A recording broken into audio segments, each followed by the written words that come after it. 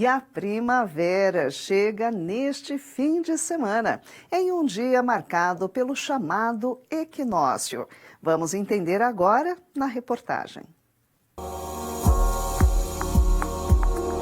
Existem duas ocasiões no ano em que o dia e a noite têm quase exatamente 12 horas de duração cada, uma em março e outra em setembro, ambas chamadas de equinócio. Devido à órbita irregular da Terra em torno do Sol, essas datas variam de um ano para o outro, ou 20 ou 21 de março, e mais adiante, algum dia entre 21 e 23 de setembro.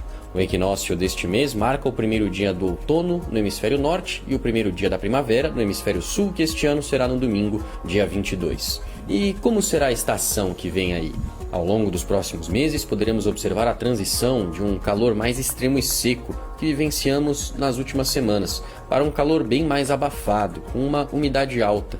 O retorno das chuvas deve ocorrer aos poucos. No primeiro mês da primavera, a chuva deve voltar a ser mais constante entre Paraná e São Paulo, passando pelo sul de Goiás e chegando ao Amazonas e ao Acre. Em novembro, as precipitações devem retornar para o restante do sudeste e centro-oeste, além do norte do Amazonas, Roraima e sul do Pará.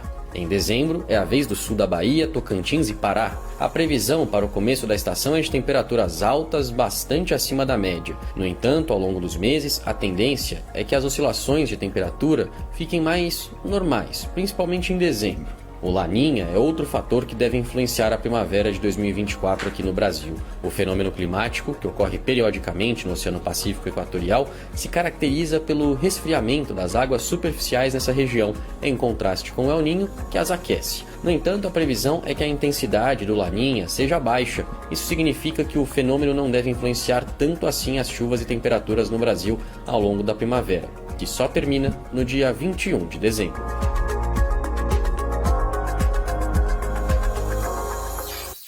E vejam só essa notícia, a Covid-19 ainda é uma doença que demanda atenção.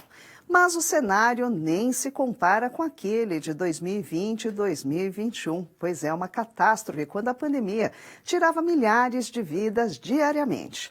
Mesmo assim, ainda há alguns desafios que pesquisadores tentam superar. Vamos ver agora os detalhes. Depois do sucesso das vacinas, a ciência pode estar perto de conseguir um medicamento eficaz contra a Covid-19. E a descoberta tem DNA brasileiro. Um grupo de pesquisadores da USP conseguiu sintetizar um fragmento de uma proteína que pode ser capaz de proteger células pulmonares humanas contra a infecção pelo coronavírus. Tudo começou com simulações em um supercomputador. O objetivo era entender como o vírus se comportava ao entrar em contato com a proteína AC2. Ela atua no controle da pressão arterial e interage com a proteína spike do coronavírus, que está associada à capacidade dele de entrar em nossas células. Em outras palavras, a AC2 é a principal porta de entrada do vírus. Com os resultados das simulações, os pesquisadores desenvolveram um composto sintético que se assemelha a uma parte da proteína AC2. E aí, digamos que a porta para o coronavírus se fechou.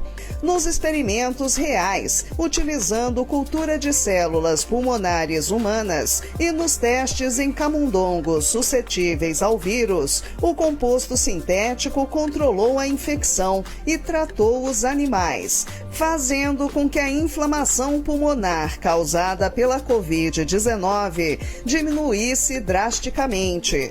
O trabalho ainda está em fase experimental e não há previsão para o início de testes em humanos. Os resultados foram descritos em estudo publicado na revista Antiviral Research. Os cientistas avaliam que a descoberta representa um avanço para o desenvolvimento de uma medicação contra a doença.